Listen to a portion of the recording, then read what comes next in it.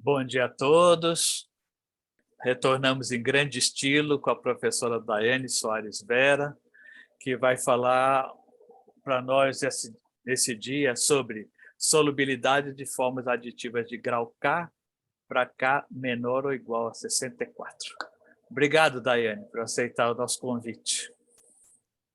Boa tarde, pessoal. Eu que agradeço pelo convite, por participar. Agradeço aí o professor Emar está sempre enviando para a gente os links aí para participar do seminário. Infelizmente, eu não consigo participar quase nunca, porque a quarta-feira à tarde é um dia complicado para mim. Eu trabalho no IFG, E lá a quarta à tarde é o dia das nossas benditas reuniões, quase que já é quase que marcado, toda semana.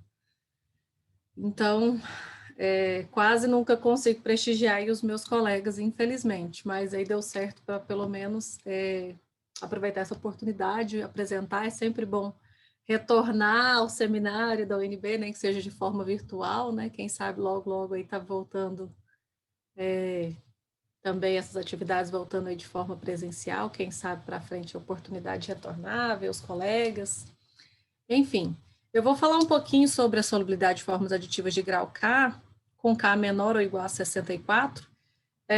Eu preparei essa apresentação de forma bem tranquila, assim, eu não sabia exatamente quem estaria assistindo, coloquei algumas introduções, eu não aprofundei muito nos resultados do artigo, que eu vou apresentar aqui, mas se alguém tiver interesse, depois eu posso passar as referências para, se alguém tiver interesse em olhar mais detalhes.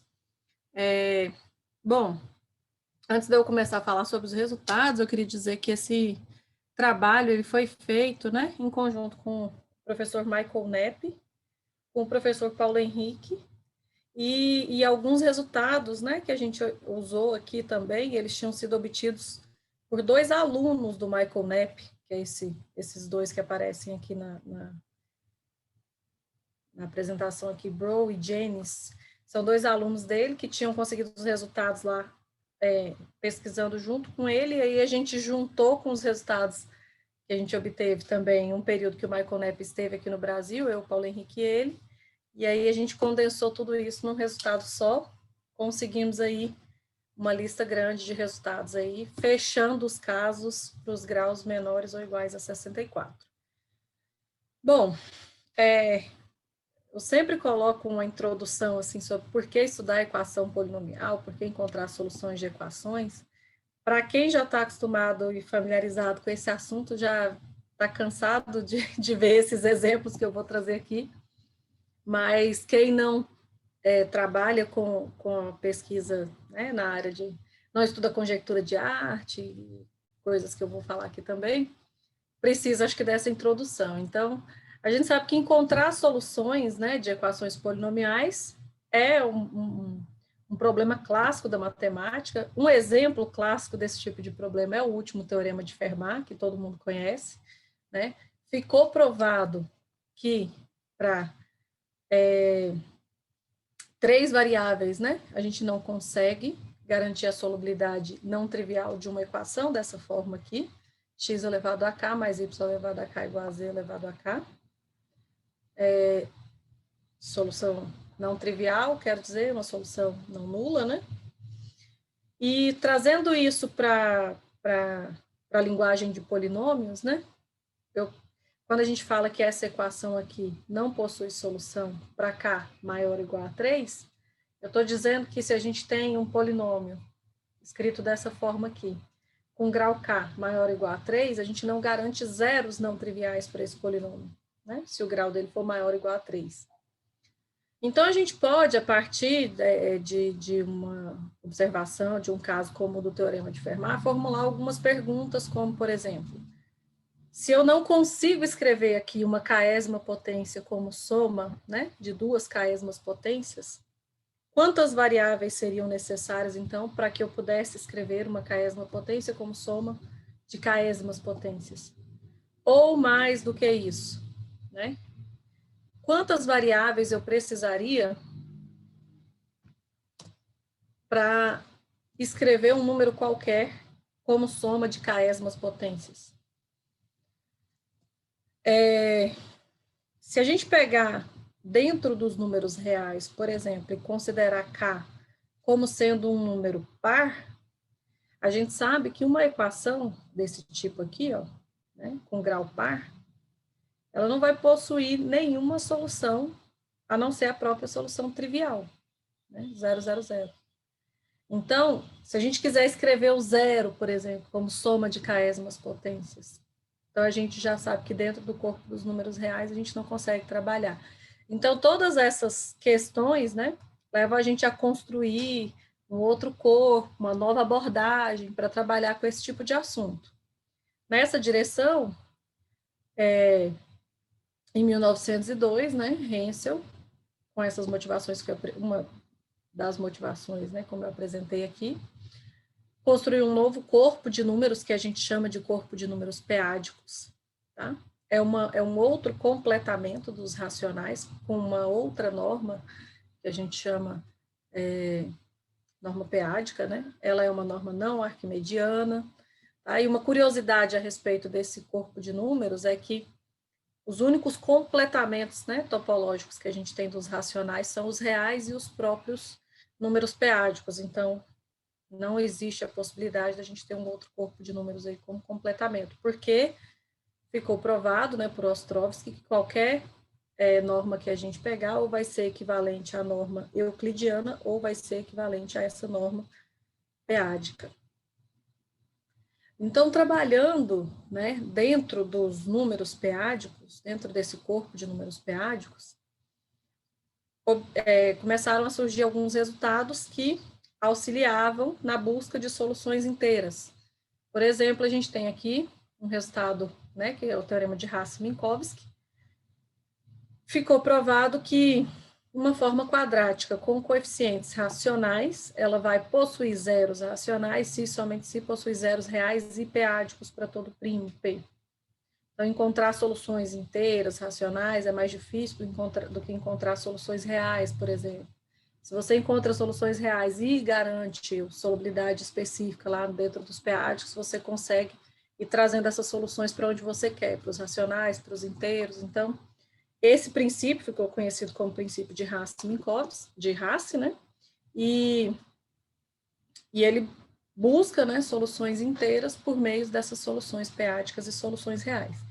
Então, aqui a gente vai trazer só uma abordagem mesmo da parte da solubilidade p-ádica de formas aditivas. Tá? Para tratar da solubilidade p-ádica de formas aditivas, a gente tem alguns lemas, algumas nomenclaturas que são bastante utilizadas, que para quem trabalha com isso, né, já é algo bem familiar, mas para quem não conhece o assunto, eu acho que é necessária essa introdução. Então, a primeira coisa que eu vou falar aqui é sobre essa função gama. Né? A gente tem a função gama estrela de Kp, tá? Onde K e P, né?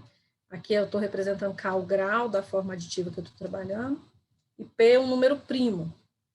A gente define esse número como sendo o menor número de variáveis que garante a solubilidade p-ádica não trivial para uma forma aditiva de grau K para o primo P específico. Então, o gama estrela de Kp, né, a gente está trabalhando para cada P.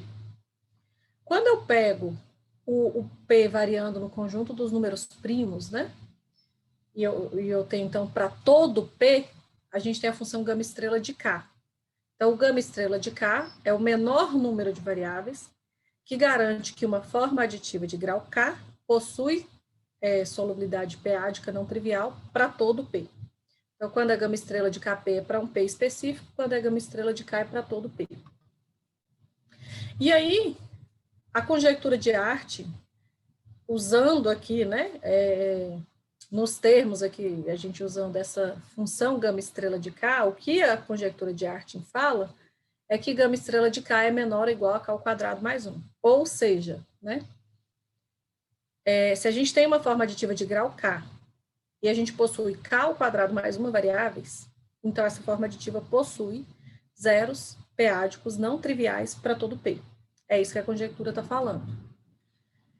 Essa conjectura, ela foi provada para as formas aditivas por Davenport e Lewis em 1963.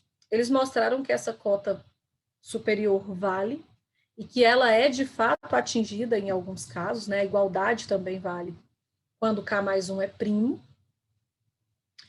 No entanto, quando K mais 1 é um número composto, em geral, o número de variáveis que a gente utiliza para garantir essa solubilidade é bem menor do que o que é dado pela cota da conjectura de Artin. Né? Dodson, por exemplo, conseguiu mostrar um limite superior aqui um pouco menor, né? Aliás, né? Um pouco não, já melhorou bastante. Aqui a gente tem algo da ordem de K ao quadrado, aqui da ordem de K ao quadrado sobre 2. E a igualdade aqui, nesse caso, também é válida para os casos em que K pode ser escrito da forma P vezes P menos 1 para algum primo, né? Então, aqui a gente já tem uma cota um pouco melhor, para os casos em que K mais 1 é um número composto. Para a gente visualizar isso melhor com números, né? Eu trouxe aqui alguns exemplos, alguns resultados que já eram conhecidos há bastante tempo aí. Então, por exemplo, gama estrela de 3, Lewis provou em 1957, que 7 variáveis são suficientes para garantir a solubilidade p-ádica não trivial para todo P, quando a gente tem uma forma aditiva de grau 3. Se a gente fosse olhar na conjectura de Artin, K ao quadrado mais 1, né, seria 3 ao quadrado mais 1, então 10 variáveis. A gente está vendo que aqui a cota superior é o número de variáveis que a gente de fato precisa, né? A cota de Artin é suficiente, mas não é necessária. Se a gente tiver 9, resolve? Resolve. Com 7 resolve, então com 9 também resolve, mas não precisa de todas. Já se a gente comparar com essa cota aqui de Dodson, né, com esse valor, nesse caso não podemos, porque o grau não pode ser escrito da forma P vezes P menos 1, mas é a igualdade, né, para garantir a igualdade. Mas considerando não a igualdade, deixa eu voltar aqui, considerando simplesmente essa cota, né, superior aqui, eu até fiz as continhas aqui no papel e anotei a colinha, com aquela cota a gente teria que o gama estrela de 3 seria menor ou igual a 7,4, ou seja, menor ou igual a 7, né, o número de variáveis. Tá vendo que já bate, né, já encaixa um pouco melhor aqui. No gama estrela de 5, se a gente olhar a conjectura de Artin, a gente teria que ter a cota seria 26 variáveis, né? E, de fato, a gente só precisa de 16. Se fosse olhar a cota, essa cota aqui do Dodson, nós iríamos obter, colocando K igual a 5 ali, mais ou menos 17,98. Então, você vê que ele já traz uma cota um pouco mais próxima para os casos em que K mais 1 é um número composto. Mas ainda continua sendo uma estimativa, né? Para a abordagem desses valores exatos, a gente tem que trabalhar com casos específicos mesmo, cada grau. Não tem um comportamento, uma função que descreve o valor exato de variáveis para qualquer K. Não conseguimos. Conseguimos essas cotas que vão sendo melhoradas. Pelo menos não foi possível até hoje, né? E pelos valores que a gente obtém, não dá para observar um comportamento. Então, esses resultados que eu apresentei ali são resultados bem antigos, né? Mais recentemente, o Michael Knepp trabalhou bastante nesses assuntos e ele trouxe resultados bastante interessantes a respeito da função gama estrela de K. Ele provou, ele encontrou, né, em um artigo publicado em 2011, todos os valores de gama estrela de K que ainda não eram conhecidos, para K menor ou igual a 31, para os casos em que K mais 1 é um número composto, porque se K mais 1 é primo, a desigualdade a cota da conjectura já é ótima, né? Ficou provado lá por Davenport e Lewis. Então, a gente só precisa trabalhar com os casos em que K mais 1 é um número composto. Além de encontrar todos que faltavam para o K até 31, ele conseguiu uma estimativa para o K igual a 32. Ele só não conseguiu provar a gama estrela de K. Gama estrela de 32 é um valor específico, mas ele conseguiu mostrar que era igual ao gama estrela de 32 para o P igual a 2 e conseguiu uma cota superior ou inferior para o P igual a 2, né? E aí, posteriormente, em 2018, ele publicou um artigo que trazia resultados sobre solubilidade de formas aditivas sobre corpos p-ádicos para o P igual a 2. E aí, com esse resultado, ele conseguiu mostrar que o gama estrela de 32 para P igual a 2, é 524, portanto, fechou aquela lista lá, né? Completou a lista do artigo que ele tinha publicado em 2011 para todos os graus até 32. Coincidentemente, na minha tese de doutorado, o que a gente estava fazendo era trabalhando em algo que generalizava esse trabalho que o Michael Knapp fez para formas diagonais para P igual a 2, a gente estava fazendo para um P qualquer. E aí, como um exemplo das contas que eu estava fazendo, a gente utilizou o grau 54, e aí acabou encontrando que o gama estrela de 54 era 1049, que coincidentemente era um contra-exemplo para a conjectura de Norton, que já é outro assunto. Foi uma coincidência bem interessante, era algo que não tinha também muito contra-exemplo. Ainda a conjectura de Norton fala que o número de variáveis aqui em geral é congruente a 1 módulo grau, e aí esse aqui era mais um contra-exemplo. Só tinha, acho que até então, só um contra-exemplo, se eu não estou lembrando errado, que era o gama estrela de 8. Depois o professor Emar trabalhou aí com o Michael Knapp nesse assunto e eles conseguiram mostrar uma família de contra-exemplos, mas foi uma coincidência bem interessante esse exemplo aí que eu encontrei. E aí, já depois que eu terminei o doutorado, eu continuei trabalhando um pouquinho com o Michael Knapp e o Paulo Henrique na busca aí de soluções, né, para equações desse tipo. E aí a gente conseguiu aumentar a lista. Então, o Mike tinha feito até 32, e aí a gente conseguiu jogar agora essa lista mais adiante um pouco. Conseguimos mostrar todos os valores, né, que garantem a solubilidade pH, todos os números de variáveis necessários para garantir a solubilidade pH não trivial, de todas as formas aditivas para grau até 64. Até 32 ele já tinha feito, o que a gente fez foi essas entre 33 e 64. Os resultados que a gente obteve foram esses que estão aqui, né? Vocês podem observar que a gente pula alguns números, porque cai naquele caso em que K mais 1 é um número primo, e aí não tem o que ser feito, segue diretamente da conjectura de Artin. O que a gente precisa para tratar desse assunto, né? Como é que a gente chegou nesses resultados? Como eu falei, aquele lema que eu apresentei lá no início, cadê? Deixa eu voltar aqui. De Dodson, né? Ele deu uma cota melhor do que a cota da conjectura. Nós tínhamos a cota da conjectura, Dodson, outros matemáticos já trabalharam em cotas para casos em que o grau tem um formato específico, mas não existe um comportamento que a gente pode fazer assim, gama estrela de K é igual a alguma coisa, uma função que depende desse grau, né? Em geral, quando a gente vai buscar esses valores, a gente trabalha para cada um dos graus de forma específica, separadamente. Cada um tem um comportamento específico. Mas tem alguns resultados, né? Graças a Deus, que são mais gerais e que a gente consegue utilizar em todas essas abordagens. Um deles a gente precisa tratar da p-normalização. O que é a p-normalização? A gente pega uma forma aditiva, como eu apresentei lá no início da apresentação, a gente pode reescrevê-la com esse formato que está aparecendo aqui. F igual a F0 mais P vezes F1, onde esse P que quando eu coloco aqui, eu já peguei todas as potências de P que aparecem nos coeficientes e fui agrupando, né? Então, quando eu faço essa separação, quando eu escrevo dessa forma aqui, todos os coeficientes que aparecem nessa F0 não são divisíveis por P. Todos os coeficientes que aparecem nessa F1 não são divisíveis por P. As potências de P que aparecem eu já fui agrupando, né? E aí, quando eu escrevo nessa forma aqui, eu consigo ter esse controle sobre o número de variáveis.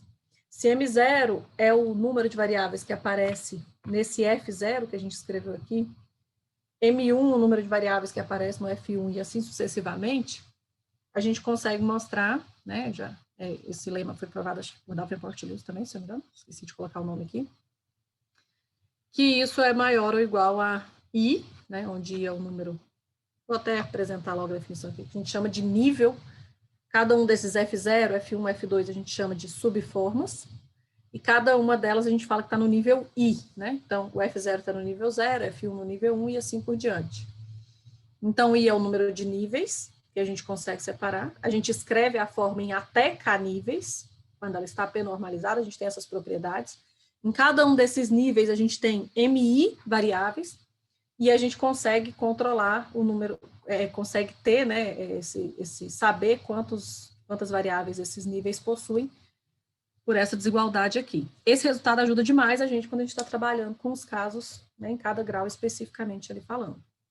E aí a gente parte do pressuposto de que a gente está trabalhando com forma p-normalizada. A gente pode fazer isso, porque existem resultados que garantem uma equivalência entre as formas aditivas e uma forma p-normalizada, equivalência no sentido de que se uma possui solubilidade não trivial, a outra também tem. Então, a gente pode considerar que as formas com as quais a gente está trabalhando são formas p-normalizadas. Uma outra definição que a gente precisa é desse númerozinho gama aqui, para compreender o que diz o lema de Hensel, que é um outro lema que vai nos ajudar bastante. O que é esse número gama aqui, minúsculo, né, que a gente está usando? Não é aquela função gama de K lá que a gente apresentou. Se eu pego o grau, né, e escrevo ele aqui, considerando a sua decomposição com os fatores do P que aparece nesse grau. Se essa potência de P, que divide o grau, é 2, né? Então, esse número gama vai ser tal mais 2, se o 2 divide o grau, né?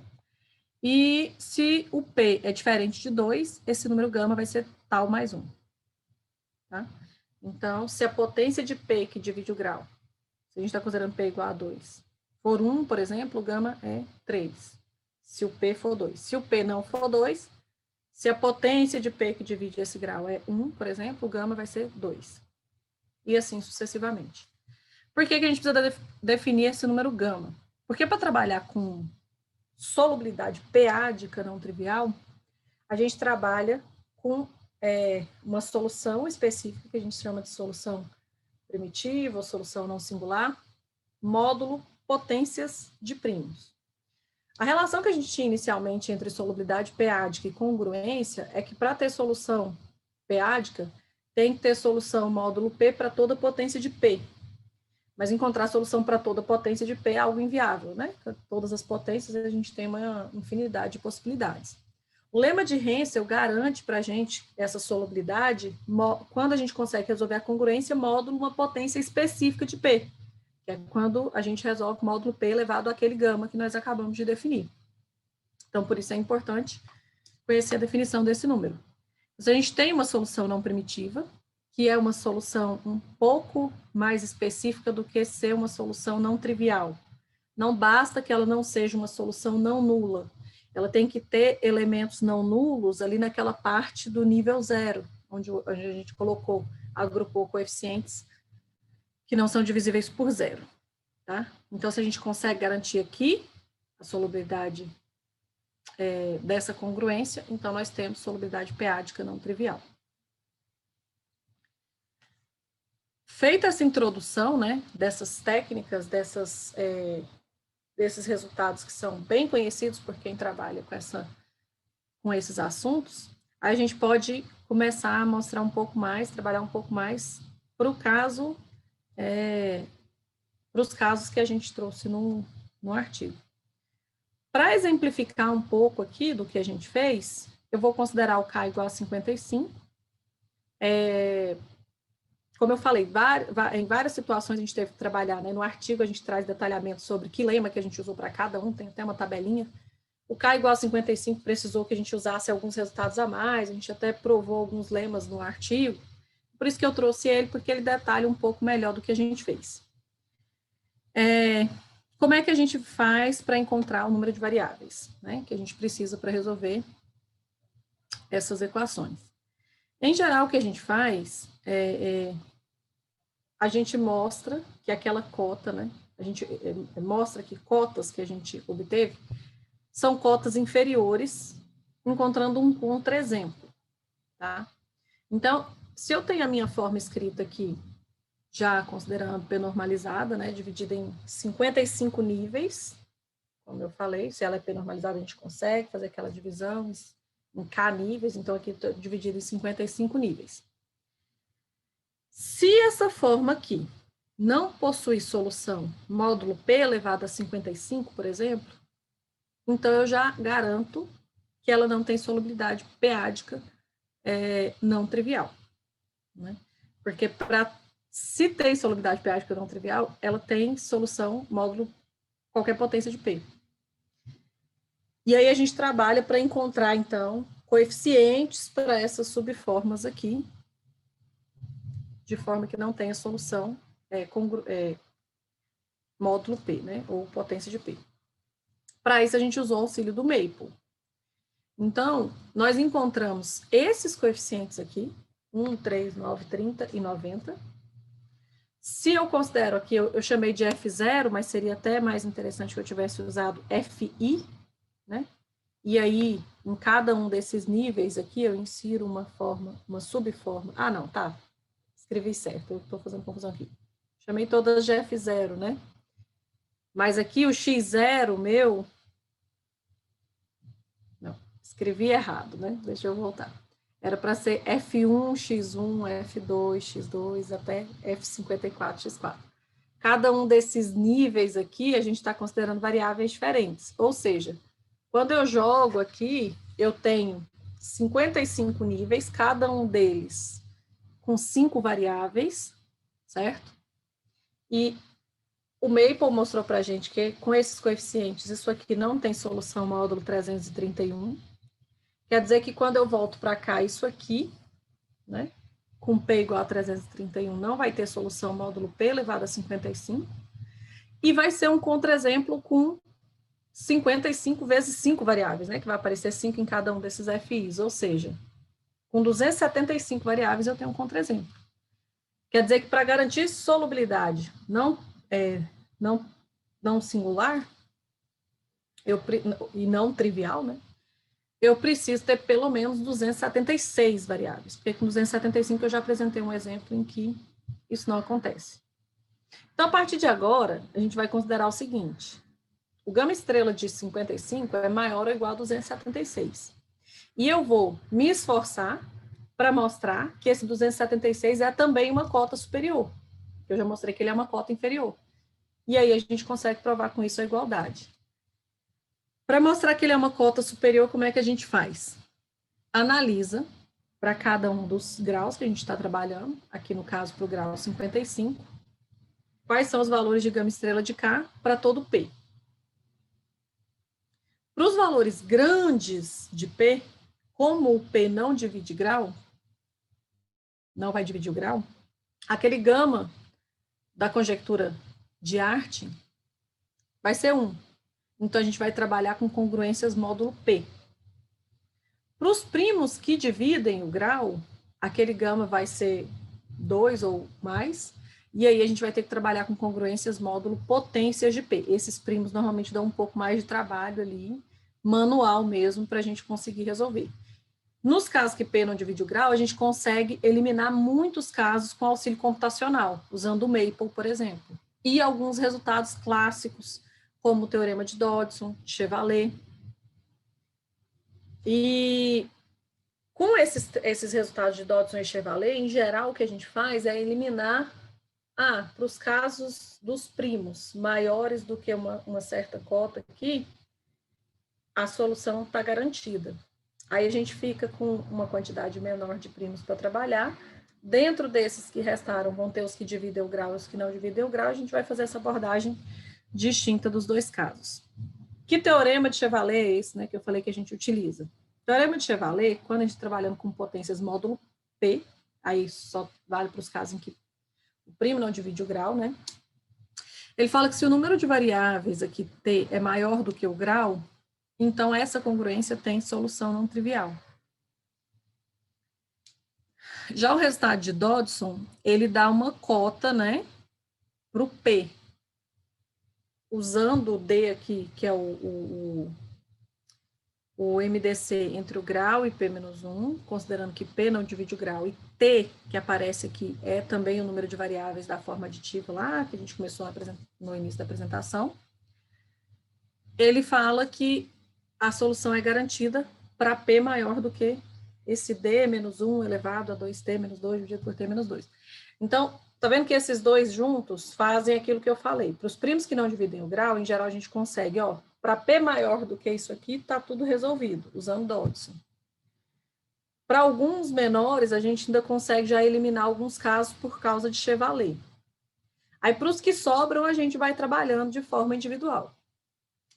Então, outro lema de Dodson aqui que também ajuda a gente bastante, mas ele tem uma hipótese mais específica do que o anterior, que esse aqui a gente só pode usar quando o -1 é uma caésima potência módulo P elevado a gama.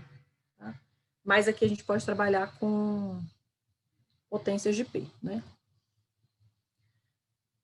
Com esses lemas, né, em mãos, aí vamos agora voltar para o K igual a 55 para entender um pouquinho como é que a gente utiliza isso, como é que a gente manipula esses resultados na hora de estudar cada um dos graus.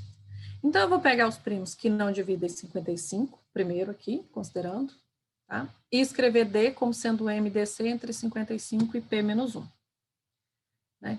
Como o conjunto das késimas potências e désimas potências, sendo D aqui esse MDC que a gente está considerando, ele tem o mesmo conjunto de soluções, as désimas e as késimas potências coincidem. Então, se essa forma em grau K tem solução, a forma em grau D também vai ter essa congruência. Então, a gente vai trabalhar a partir de agora, considerando o MDC entre K e P menos 1. Se o MDC é 1 ou 5, considerando que a gente tem 276 variáveis, porque a partir de agora eu estou me esforçando para mostrar que aquele 276 que a gente já mostrou que é cota inferior, eu quero mostrar que ele é uma cota superior, então eu estou partindo do 276. Com aquele lema de Davenport-Lewis que faz a gente saber, né, ali ter um certo controle sobre o número de variáveis, considerando uma forma aditiva de 276 variáveis, o meu nível 0 teria pelo menos 6 variáveis. Então, se o D é 1 ou 5, como eu estou com um número de variáveis maior do que 5, o teorema de Chevalet me diz que esses casos estão resolvidos. Então, aqui a gente não tem problema. Se o MDC for 11, né, não, o teorema de Chevalet aqui não garante a solubilidade para mim, mas aquele lema de Dodson, que fala, se P for maior do que isso aqui está resolvido, me dá essa cota, 316. Então, para os primos maiores do que 316, também está resolvido. Restam os menores do que isso, cujo MDC entre 55 e P menos 1 é 11. E por último, para o D igual a 55, usando o lema também, a gente garante a solubilidade não trivial para os primos maiores do que 21.428. Então, resumindo, o que é que ficou para a gente agora? O que é que a gente precisa trabalhar? Primos que dividem o grau e os primos que não dividem o grau, que são menores ou iguais a 316, mas cujo MDC entre 55 e P menos 1 é 11. Ou para os que são menores, ou não, né? E para os que são menores do que 21.428, cujo MDC entre 55 e P menos 1 seja igual a 55. Isso reduz bastante. Na verdade, os primos que a gente precisa trabalhar são, eu não escrevi aqui, mas são 23, 67, 89 e 199 para os casos em que o MDC é 11 e para o caso em que o MDC é 55, são esses outros primos aqui. Então, a gente ficou com uma lista pequena, né, de primos para trabalhar. Para esses casos agora, a gente vai usar outros resultados para nos auxiliar, e o que a gente não conseguir na força, na força intelectual, a gente vai na força bruta, usando a ajuda do Maple. Um lema que ajuda bastante a gente também a obter esses resultados é um lema devido a Beauvais. Aparece aqui muitos termos matemáticos, fórmulas, símbolos, mas de forma resumida o que ele faz é o seguinte: a gente vai calcular o valor dessa função Q, que é uma função do grau K, do primo P e do T, número de variáveis do nível 0. Se isso for menor do que 1, tá? Esse lema, em outras palavras, está dizendo o seguinte: se esse número aqui for menor do que 1, então a função gama estrela de K para esse P específico, né? Porque aqui a função depende de P, então a gente está trabalhando com gama estrela de KP, é menor ou igual a K vezes T menos 1 mais 1. Então, vamos pensar aqui no nosso 55, por exemplo. Se eu considero o K igual a 55 e T como sendo 6, que era o número de variáveis que eu teria ali no nível 0, considerando 276 variáveis, 6 menos 1, 5, né? Vezes K, que é 55, 255, né? 275 mais 1, 276. Ou seja, se eu calcular essa função Q e for menor do que 1, aquilo que eu queria, de mostrar que 276 é uma cota superior, está valendo. E é isso que a gente vai tentar fazer. Aí, nós vamos usar o Maple para calcular os valores dessa função para os primos específicos ali que a gente ficou faltando analisar. Para o P igual a 23,67, o valor da função Q foi maior do que 1. Esse resultado não nos ajudou ainda, mas já eliminamos o caso do P igual a 89 e 199. Então, só nos restou 2 casos quando o MDC é 11. Quando o MDC é 55, nós também eliminamos alguns casos, mas ainda ficaram 331, 661, 881 e 991. Nesses casos, a função Q foi maior do que 1, então a gente não tem garantia usando o resultado aqui devido a Beauvais. Né? Então, beleza. De novo, o que a gente precisa agora resolver? Os casos para P igual a 23, 67, 331, 661, 881, 991. E os primos que dividem o grau, que a gente vai trabalhar com eles separadamente, né? Mas, ou seja, de uma quantidade infinita de primos que não dividem o grau, nós temos agora esses 6 casos para conseguir para trabalhar. Para o P igual a 23, a gente consegue resolver com aquele lema de Dodson que eu apresentei anteriormente. Então, fica tudo tranquilo.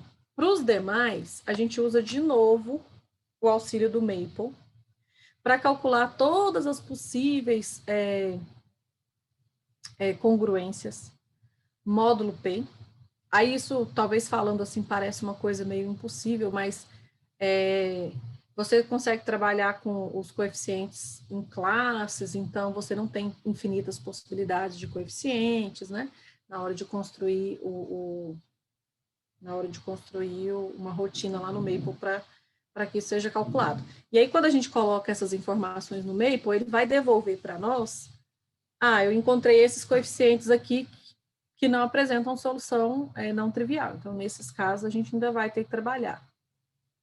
Opa! Usando o Maple, né, com essas informações que a gente tinha para esses primos aqui, considerando 6 variáveis, todas as formas aditivas tinham solução. Então, esses casos para P que não divide 55, ficou resolvido. Se tivesse, mais uma vez, se tivesse algum caso que não apresentasse solução não trivial, o Maple ia mostrar para a gente qual é esse contra-exemplo. Da mesma forma que a gente conseguiu o contra-exemplo lá no início do seminário. Tá? Então, dessa forma, com o auxílio daqueles resultados que eu trouxe, Beauvais, Dodson, Chevalier, e o auxílio do Maple, a gente conseguiu resolver para os primos que não dividem o grau. E para os primos que dividem o grau, né? Em geral, esses casos são um pouco mais complicados, porque a gente precisa trabalhar com potências maiores de P, porque aqui o gama não é 1, né? E aí aqueles resultados de Beauvais que a gente utilizou para a cota, né, superior, ou mesmo o lema de Chevalier, aqui a gente não consegue utilizar esses resultados. Em boa parte dos artigos, e inclusive um resultado que eu usei na minha tese de doutorado, a gente usa muita separação por níveis e vai trabalhando com uma técnica que a gente chama de... Meu Deus, olha o nome, fugiu na cabeça.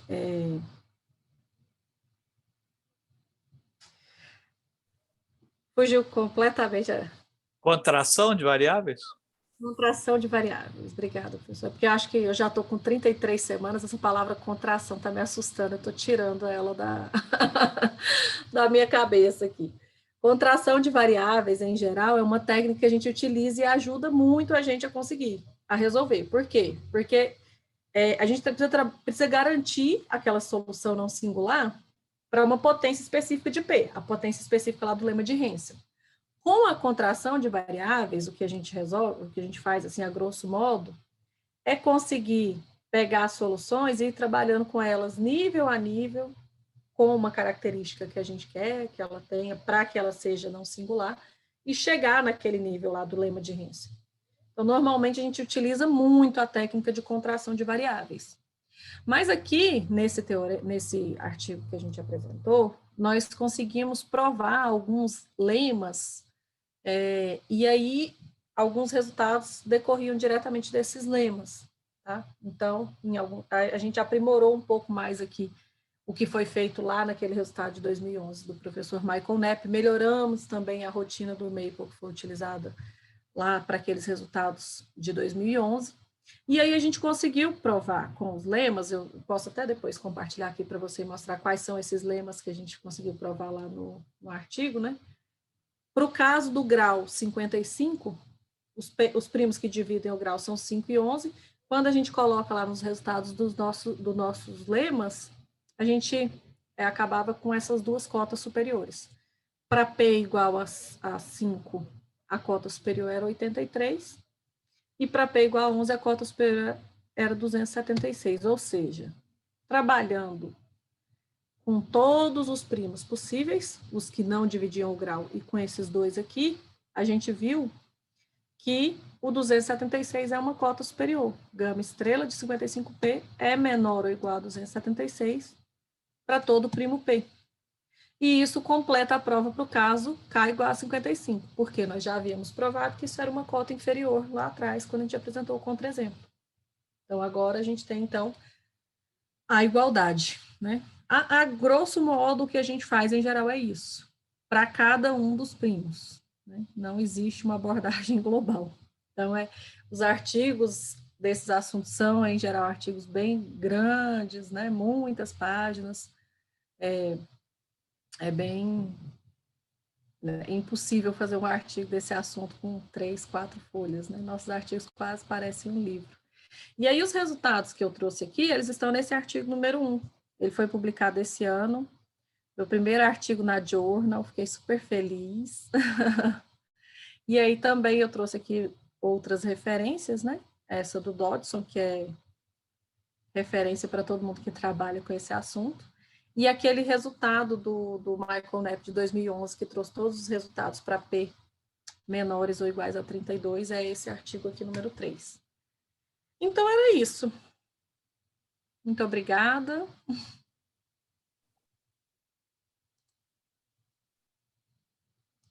Obrigado, Daiane, muito bom. Vou abrir agora, então, para algumas perguntas ou comentários, se tiverem.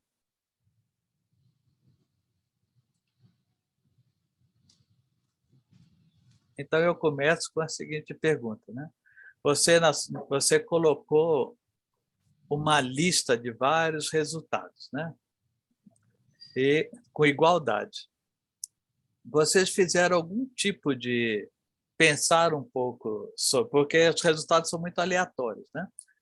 Mas se, por exemplo, você pensar, por exemplo, existe um resultado, acho que é do Taitivani, que diz que se K for ímpar, o esperado é que seja alguma coisa em torno de K log K, né? Pelo menos se o K for grande, alguma coisa assim.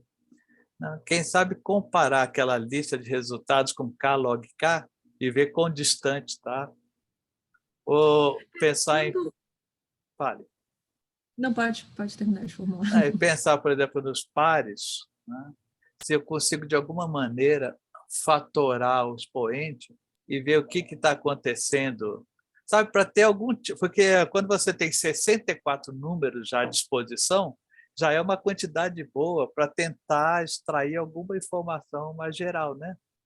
Sim, talvez uma cota melhor do que aquela que a gente apresentou lá do início do artigo, né, que já melhorou a cota. Já existem, né, cotas que melhoraram a da conjectura, né, para quando a gente vai trabalhando com algumas características dos graus. Assim, a gente, até o momento que a gente fez esse trabalho, nós não trabalhamos nessa linha que você está falando, de olhar para esses resultados e comparar assim com algo mais geral. O que a gente fez foi o contrário, foi pegar muitas vezes esses resultados que já melhoram um pouquinho para a gente ir chutando aquelas cotas, né? Para construir o contra-exemplo, para a gente partir do outro lado, assim. Porque, querendo ou não, quando a gente vai trabalhar com esses problemas, para a gente construir esses contra-exemplos, para a gente chutar, ou você usa a cota da conjectura, né? E começa a trabalhar com ela tentando refinar, ou a gente vai tentando usar esses resultados que já são conhecidos, que trazem, em algumas situações, aí, cotas que são já um pouco melhores do que as da conjectura, e tenta ver se é possível melhorar ou se vai valer a igualdade naquele caso, né? Então, a gente usou alguns resultados já, considerando K-log K, coisas desse tipo, em alguns casos. Mas foi legal que no artigo, assim, a gente conseguiu... uma das coisas legais foi a gente ter melhorado também um pouquinho a rotina do Maple, porque isso é algo que dificulta trabalhar quando o grau vai crescendo, porque vão ficando muitas contas para serem feitas e o processo vai ficando um pouco complicado, né? E aí a gente conseguiu melhorar um pouco essa rotina para ela trabalhar um pouco mais rápido. E a gente conseguiu provar alguns lemas. Não vão valer para todos os casos, mas envolvia aquela função gama minúsculo, gama estrela minúsculo. Então, quem sabe a gente consegue aprimorar isso aí um pouco mais. Mas talvez seria interessante agora a gente pegar realmente, fazer essa análise do jeito que você falou. Pegar esses resultados e ver o que a gente consegue aproximar ali do... O que eu estava imaginando não é você gerar conjecturas, né?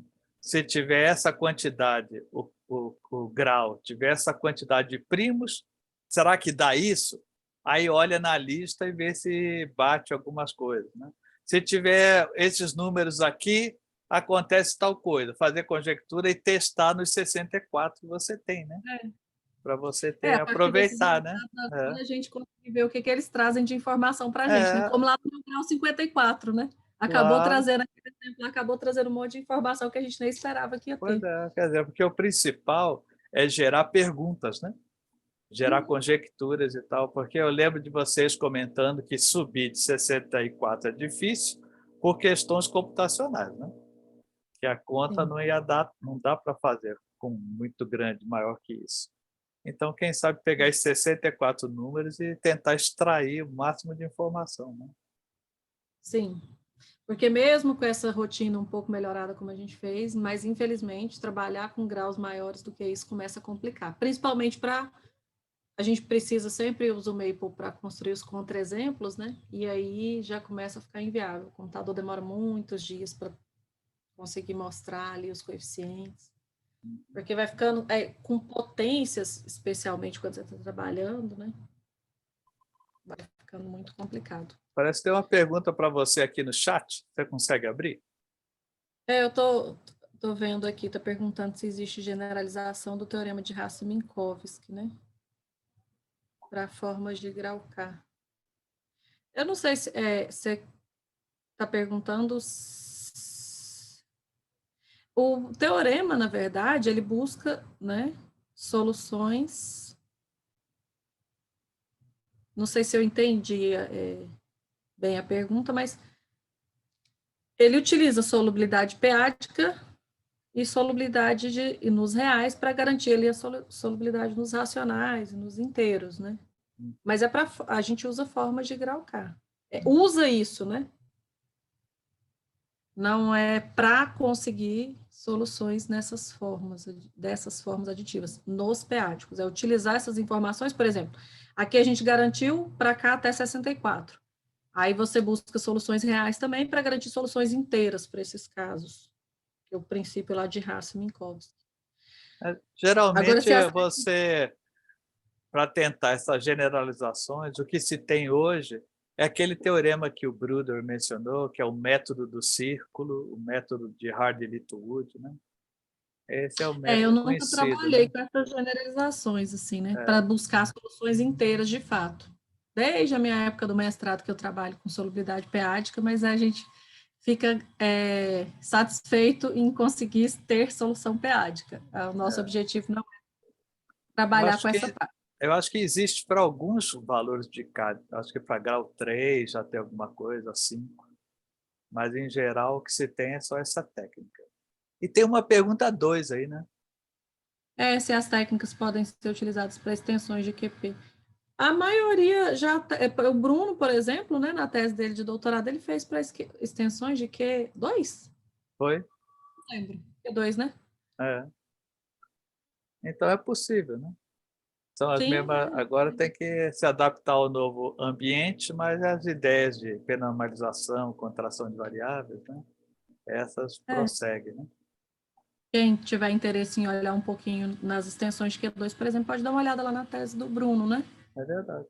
É verdade. Ele fez trabalhos em extensões. Muito bom, Daiane. Muito bom Ah, rever, professor. é bom ver você, ver todo mundo aí. A IFB está bem, está tudo tranquilo, né? IFG, o meu. IFG. IFG.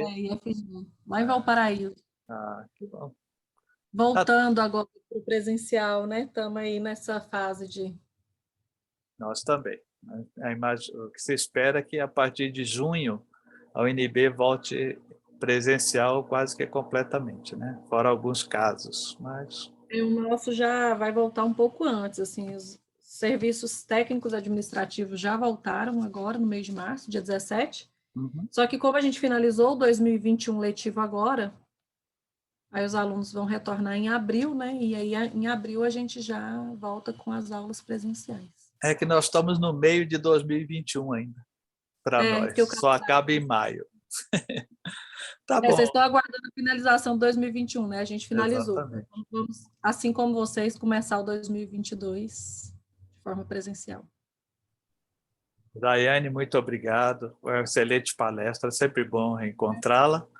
E, pessoal, nos vemos no próxima quarta-feira com o professor Jean Lelis, tá bom? Um abraço, pessoal. Até a semana que vem. Tchau, tchau.